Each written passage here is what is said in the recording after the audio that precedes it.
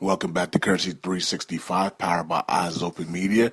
Always good to hear from Dr. Mohammed Saleh, and you're going to hear from him here in a short second. All right, so here's the article. It says, calls for consideration of alternatives for oil industry. All right, and this is coming from Ala Al-Tahi.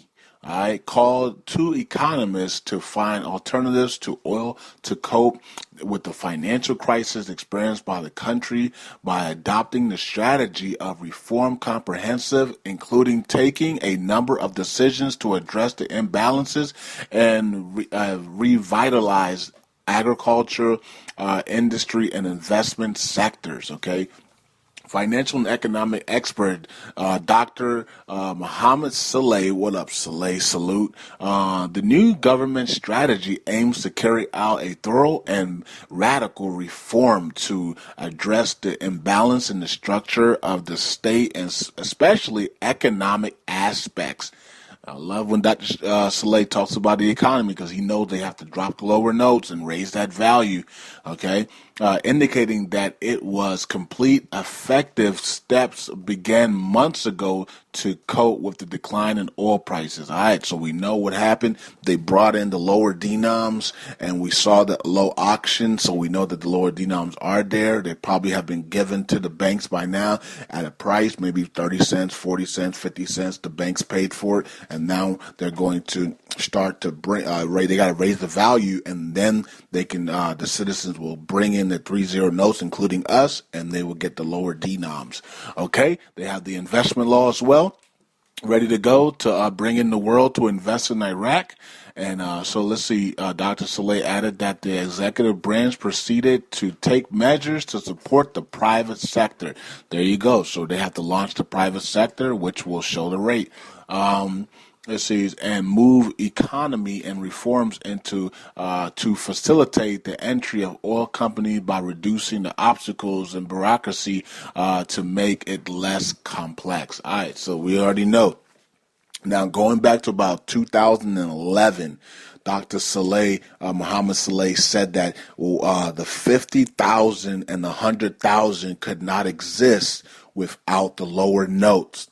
And I brought that article to, I brought that statement to American Contractor on his page on YouTube. He had a video, and I did post that on one of his videos. Okay, that Mohammed Saleh, because he was talking about the 50 notes. If you see the video with American Contractor talking about the 50 notes have been released in the streets, I did comment on it, and I comment Dr. Saleh from back in about 2011 where he said the 50 notes will be for larger items, the 50 and 100 for larger items for just Iraq, and then but the lower notes have to exist with that. Okay, so they have to bring the lower notes out. So what we're gonna see is we saw the 50, right, and the 50 is in the citizens' hands right now, and then we're gonna see the lower notes, and then you'll see the 100,000. Okay, so I think that's how they're gonna do it. They got the 50 now.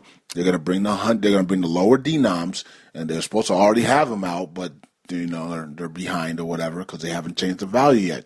And then they're gonna then they're gonna bring out 100,000 note. Okay, so the 100,000 and the 50 are for large luxury items. Okay, and why? Because they're gonna be rich. You don't give the 50 and 100,000 to poor people. You give them to people that you know are about to be rich. That's why Dr. Saleh said that the lower notes have to exist with the 100 and the 50 because they're going to be rich. You don't give 50,000, 100,000 to poor people. They don't have anything that's, who can afford that, okay?